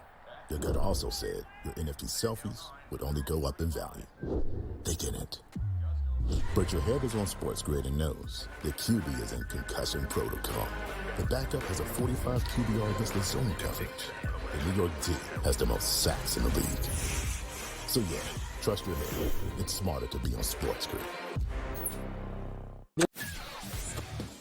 The leftover language would be the million shy of what Jefferson makes Jefferson a better player. If you want to believe that, I'm not sure I buy that he's that much better than CeeDee Lamb. Tony Pollard's gone. He's now with the Titans. I was with the Titans a couple weeks ago. He'll be their starting running back there. They're going a different direction in Dallas, but it's all about CeeDee Lamb right now, the first of the other deals that they have to get done. Pharrell Coast to Coast, only on SportsGrid. We're into a different regime, different ownership, different head coach. I like the head coach. Dan Quinn is a good football man. He has been around where he's been. They have won. Yes, he's had some talent there. I'm incredibly excited for what this brings to the team. The defense, I think, is underrated. I think this is a good football team. And also, you talk about extending drives. I think Daniels has that ability. And that's something that hasn't been seen in Washington for quite some time. Fantasy sports today, only on SportsGrid. The only streaming sports betting network. Tips, info, and insights to up your IQ. It's smarter to be on SportsGrid. New to the Live Golf Plus app. Watch Live Golf any way you want it. Follow any group. Replay any shot. Anytime, anywhere. Any questions? Watch Live Golf live and on demand.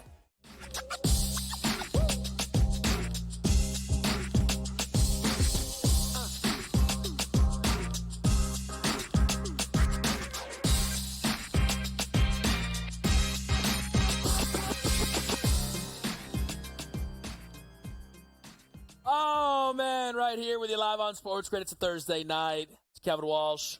Laughing Kevin Walsh, is that what they're calling me? We're back with you right here in the mix. It's August. It's going to be September. It's going to be NFL season right before you know it. But for now, college football is the focus. Let's go through your card one more time tonight here on this board. Let me pull this puppy up for the people. All right, so 7:30, let's start there. Western Carolina plus 32.5. I am on the Catamounts. Cole Gonzalez, one of the top quarterbacks at the FCS level, should give this team enough of a chance to hang against a Wolfpack group that just need to get out of here injury-free. I am not big on NC State this year. At minimum, not sold enough because Grayson McCall is making a big leap from being a great quarterback while at Coastal Carolina, now up to the ACC. And one of the concerning things I would say for Grayson McCall is while he was great at Liberty, took a little bit of a step back last year without Jamie Chadwell. So does that suggest that now there's another step back that could very well be taken, even further removed and playing tougher competition? I think that is possible. This team plays Tennessee next week in what will be a ranked game, and it will be a very important one when we talk about potential at-large spots in the college football playoff, something that I believe Tennessee is going to snag. So I like Tennessee, kind of tipping the hand a little bit. I'm expecting Tennessee to get the job done in a game like that. I think Western Carolina can get the job done here and hang inside this number because, for me, NC State, it's just not a run-up spot. Last year, when we saw them with ranked teams on deck, they were 0-2 against the number. Plus, they did not cover in the game where they had Clemson on deck, which is kind of a comparable certain, spot to playing a ranked team. So, for me, this is a plus 32.5 spot. No problems asked. How about Cam Miller? Under 177.5 passing yards. That's your North Dakota State starting quarterback. And this is really just basing things on approach. Cam Miller has played against an FBS-level team while at North Dakota State. It was against Arizona. I would say that they were playing a worse team than they were playing today. And Cam Miller was good in the game. He was 10 for 12 for 124 yards. The simple reality of that is 10 yards per attempt. There weren't enough attempts. And that's because that's the way North Dakota State wants to play. They're going to look to run the ball. They ran it 45 times that time against Arizona. They have a new head coach in Tim Polasek, who is an offensive line coach, or who was an offensive line coach at Iowa. He knows this program well. They're going to look to run this football here tonight against the Buffs, against Deion Sanders. I will say, I'm leaning over in Colorado a little bit, which I know is kind of right in line with all the public stuff, but North Dakota State has taken a tick of a step back. They've now not won the FCS championship 2 years in a row, which is the first time since all this dominance started back in 2011 under Craig Bohl. In the last half decade, they haven't really tried their hand at playing FCS opponents or FBS opponents. And when they did, and I mentioned that Arizona game, they were favored and lost. And if Deion gets a chance, he's going to run it up here. He's going to run it up because he wants to. He's going to run it up because it's prime time. He's going to run it up so Shedeur can throw for 350 and 4. He will run it up. There's no run of the clock out here. When he was great at Jackson State, they played a game against FAMU. They won 59-3 week 1. In the middle of the third quarter, Shedeur Sanders threw his 5th touchdown pass and made that game, I think, 45-3.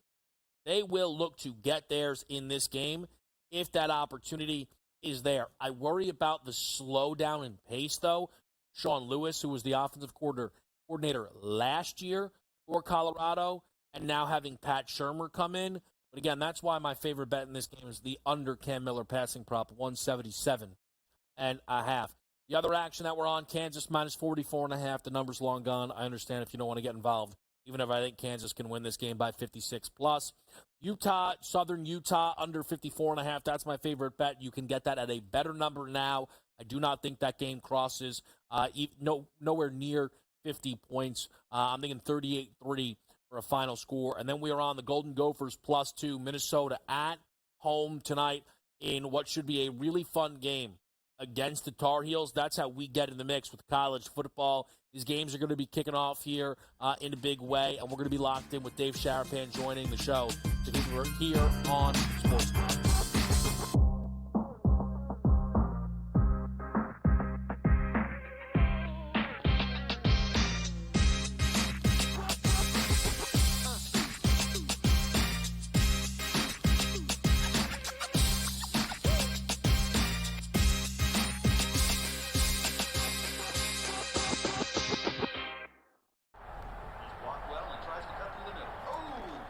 Your gut says Miami is going to win, and you should take the over.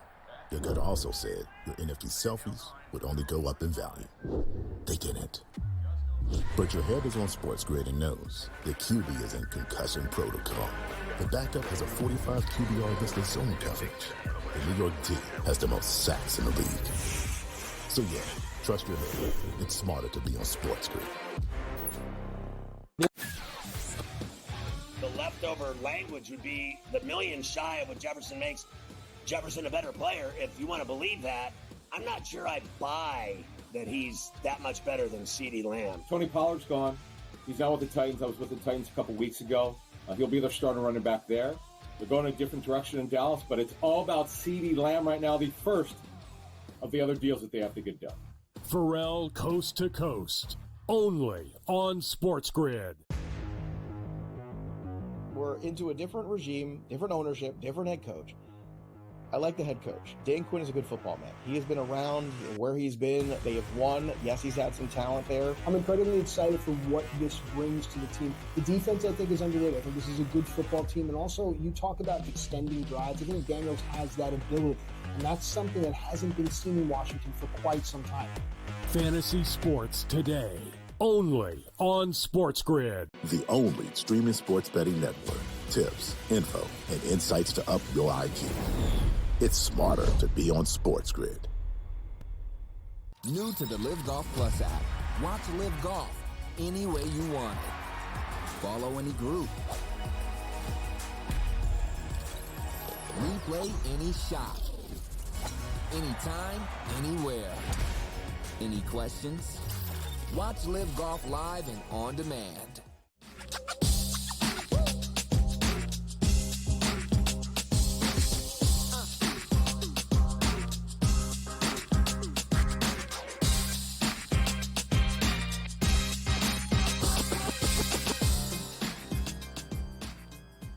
All right, we're back right here. Little game time decisions. It looks like Cole Gonzalez and the Catamounts will get the ball first.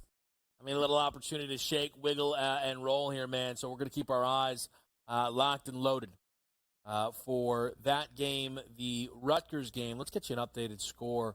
I think that one's nearing halftime. Sure is. 17-7. Rutgers is leading. They were a 38.5-point favorite. One of their touchdowns came off a 52-yard pick six.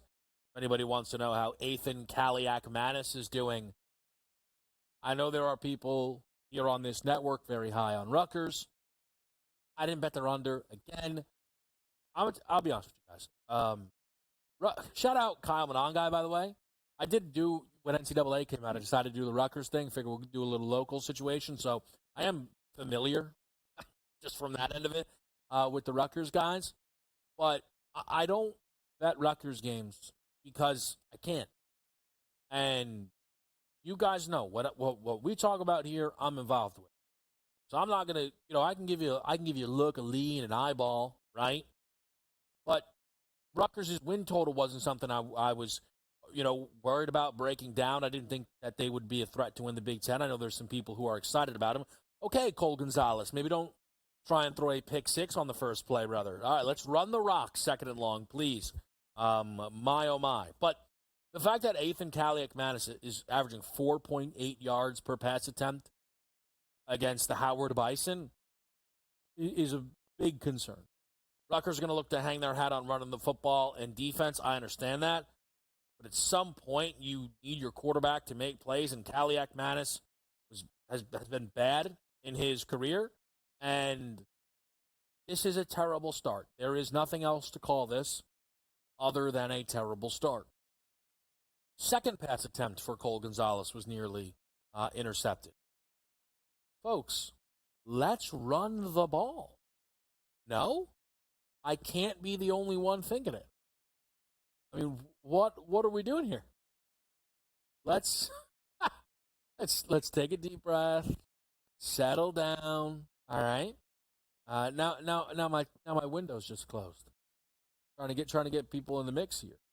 Little 3rd and 10 situation immediately for that's right, folks, get involved. Our Catamounts. They pick up the first. I mean, this team might win a national championship at the FCS level. Good luck. Good luck. Do they take NC State's spot when they went outright? It's the question on many people's mind all of a sudden. Love to see it. Nothing like getting involved with the college football, folks. Nothing like getting involved.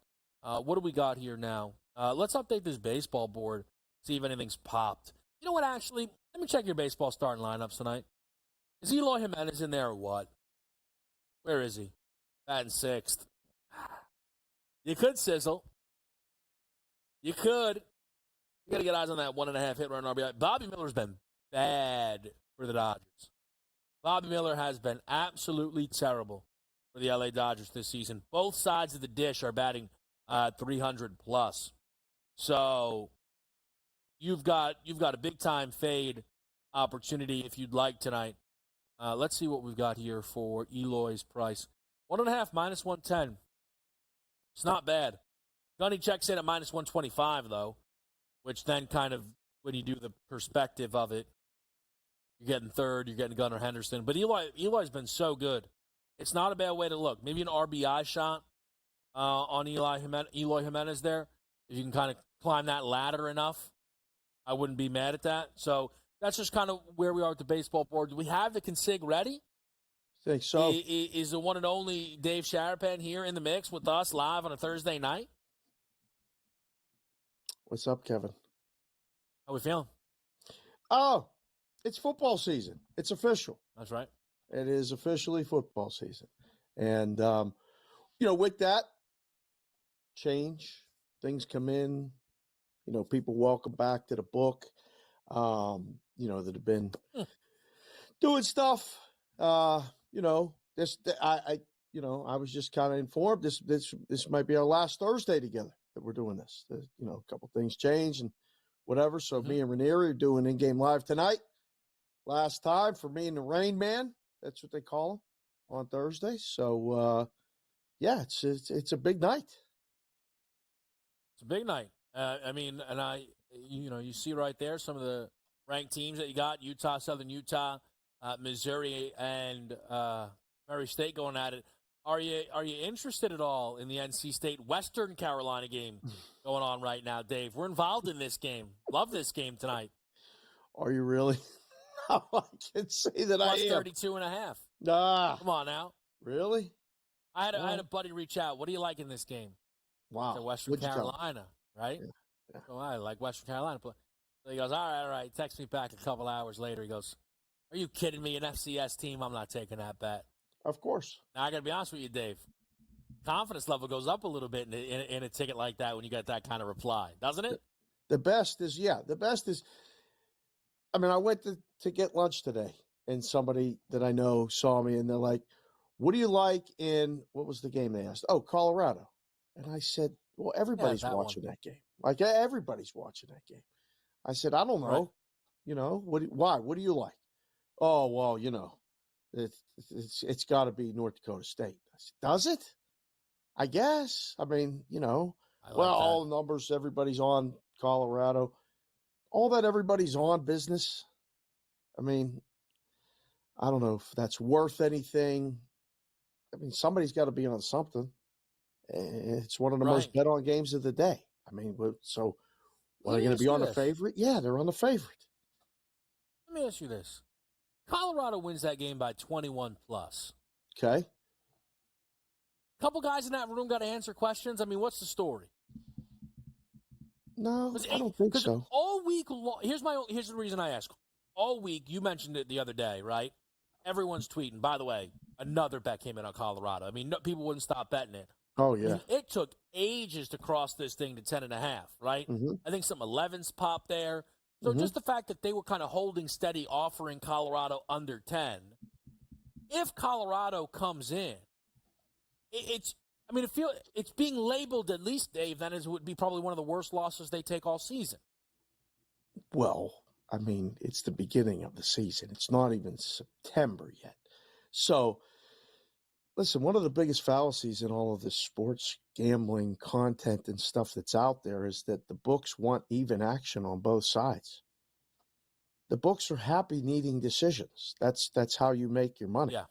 And now that's a different way of thinking that a lot of books will want to book the games. You'd love to put up 7, take 100 bets on +7 and 100 bets on -7, but it doesn't always go that way. So, will it be, are they taking a bit of a stand? They waited to see the game day move. Somebody must have come in and given them a limit play at below 10 to get it to go. The numbers 10, 7, 13.5 to 14. Those things in the first week of college football, you don't want to be middled on that. So I understand the reticence to move it past the 10. I mean, because if this thing falls 30 to 20, now there might be a meeting tomorrow and going, well, what are you doing? If it wins by 21, that's okay. And if North Dakota State loses by 7 and they cover, it's probably even a better night. Dog cover, favorite win, best case scenario on that one tonight. It is the game of the night, which is why, of course, I'm on the North Dakota State quarterback under 177 and a half passing yards. Player props? Dave, under player props, too, Dave. I mean, listen, we're doing it different these days. What we're also doing is updating the people on a driving Catamounts team. I mean, listen, I'm just giving you the updates. There's more of them next.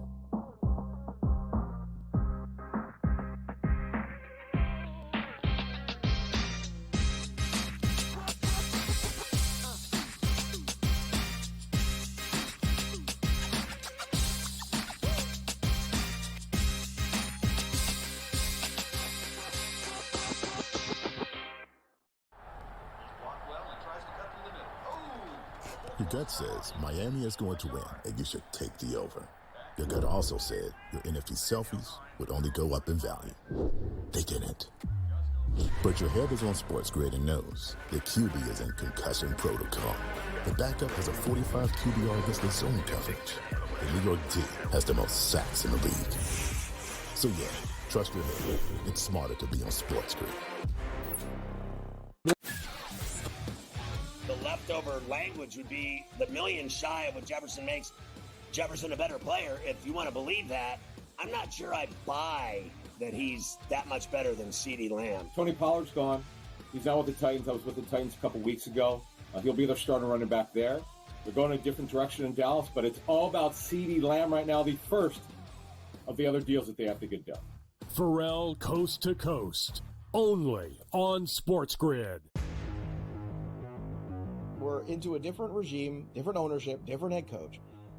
I like the head coach. Dan Quinn is a good football man. He has been around where he's been. They have won. Yes, he's had some talent there. I'm incredibly excited for what this brings to the team. The defense, I think, is underrated. I think this is a good football team. And also, you talk about extending drives. I think Daniels has that ability.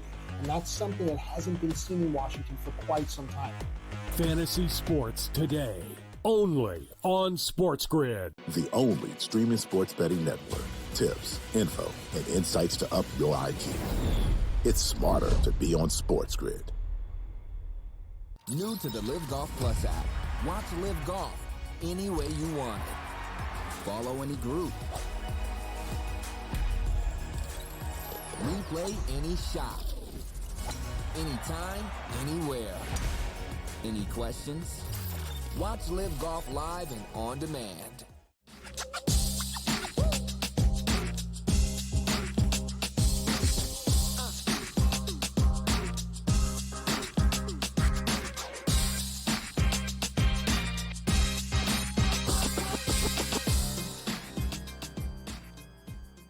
I got to tell you, man, listen, I love everyone here that's involved, but people are taking liberties and making me laugh right before we come back in, all right?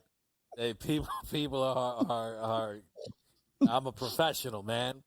Playing this North Carolina gear, Consig. Are you on the Tar Heels? I am waiting to see what I'm hoping to see. It's more of a play against Minnesota. So, this is that first week, second week, cross-conference matchups, first-time trips for teams. I'm reticent to make anything happen before the game. I love the in-game stuff. So I'm going to watch, I'm going to learn, I'm going to see, where this number goes. But yes, I'm leaning. I think Minnesota is going to be near the bottom of the Big Ten. And I don't know what North Carolina is. Looking to learn a little bit about them and where they're going to fit in the whole ACC, hierarchy. I don't know. I think they're going to be above average, near the top. trip to Minnesota, rowed a boat, all that other business. Don't know. Not strong. Not strong. Just this is North Carolina lean. Plus that blue looks good. I can't lie. Blue looks good. It looks great. What's interesting, Dave, is I might be willing to take your full breakdown and just change slight Minnesota lean. If only because I think these are pretty close teams. Yep. But I've got a home dog, right? Yep. You look, since Fleck took over at Minnesota, the only time he's lost the opening week was when they hosted Ohio State. They still covered the game. Yep. I believe CJ was the quarterback in that one. So, CJ Stroud for Ohio State. So, I like Fleck. I don't dislike Mac Brown, but I like Fleck. Point to prove.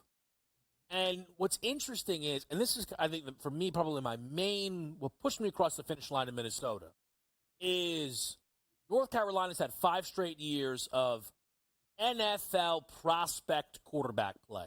Whatever you think about Drake May and Sam Howell is fine, but the reality is those kids were drafted. Howell, I know he went in the 5th round, but that was a weird NFL draft where all those quarterbacks went later than people were expecting, right?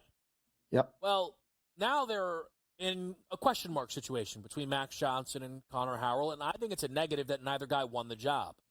I don't think it's good that we're saying, oh, we're going to see both quarterbacks. You're not playing Western Carolina. You're playing a real team in a real spot on the road, while Minnesota takes a big swing at Browser from the FCS level.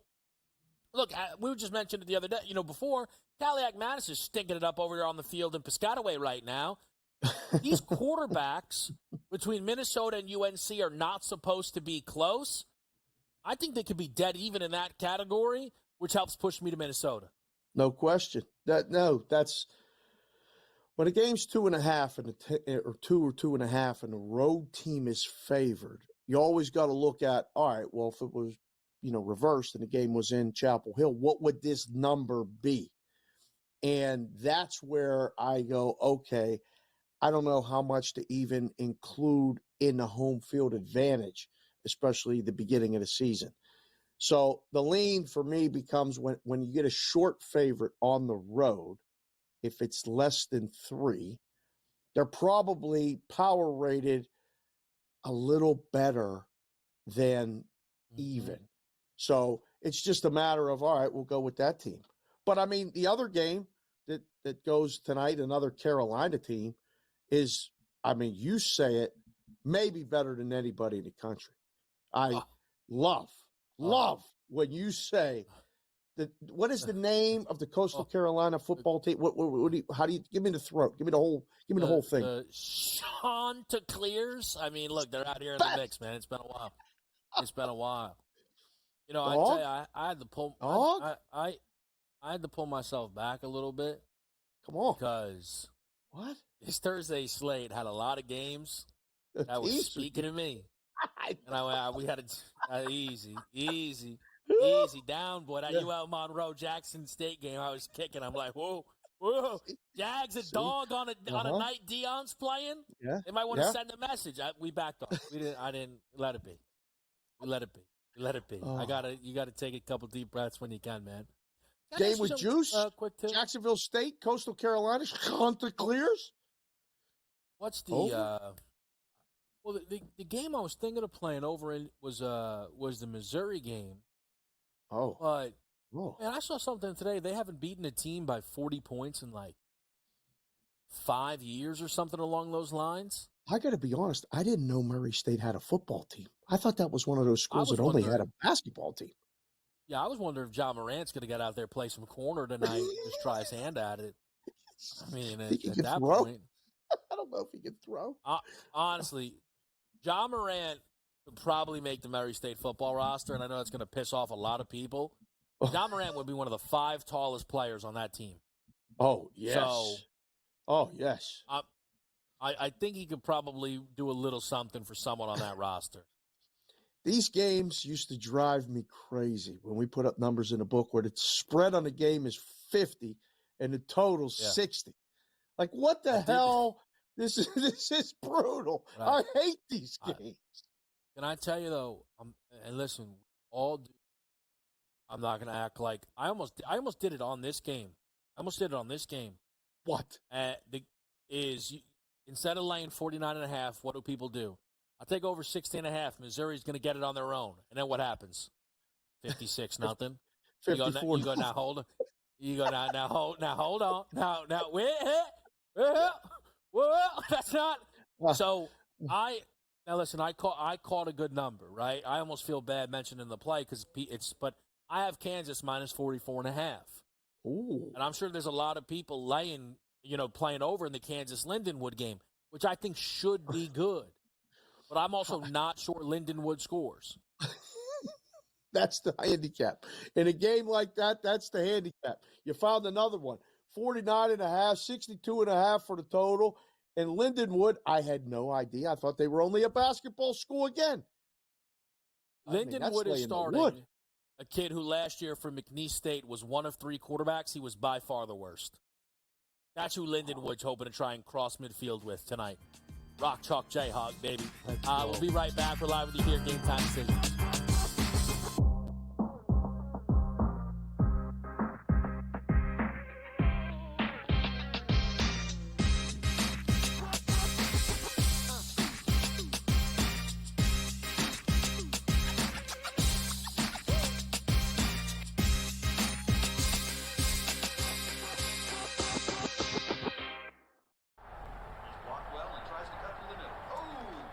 Your gut says Miami is going to win, and you should take the over.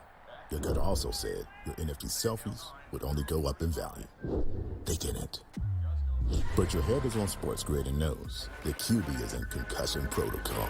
The backup has a 45 QBR against the zone coverage. The New York D has the most sacks in the league. So yeah, trust your head. It's smarter to be on SportsGrid.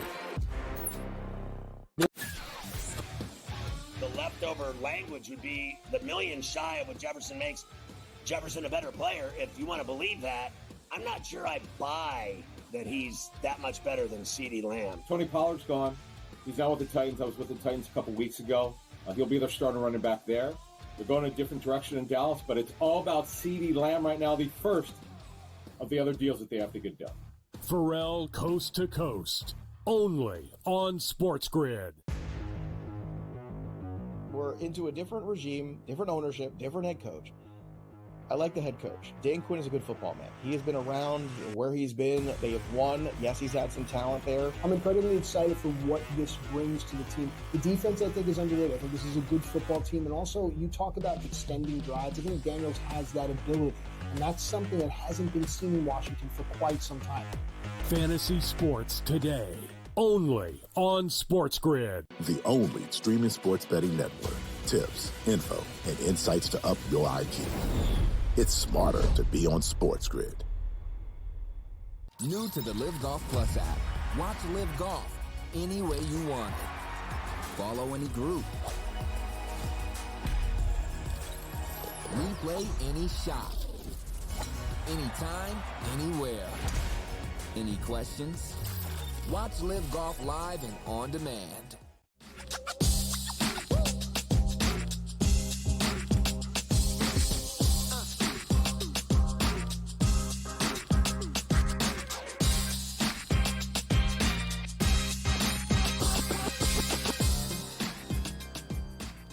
Here, SportsGrid, it's Game Time Decisions.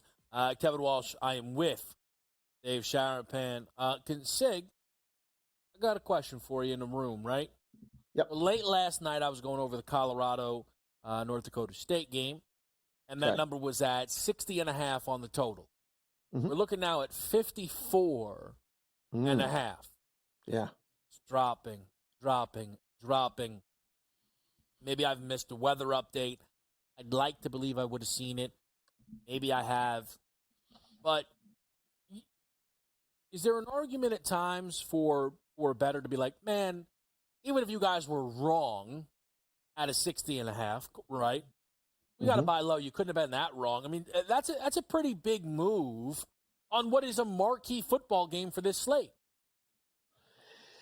Yeah, I can't believe how big of a marquee game it is. I had on a friend of mine who does the numbers at the Superbook here in Nevada, Jeff Sherman.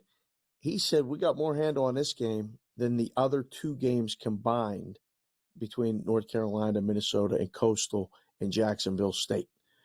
He said it's easily the most biggest handle game, and there was a move on the total.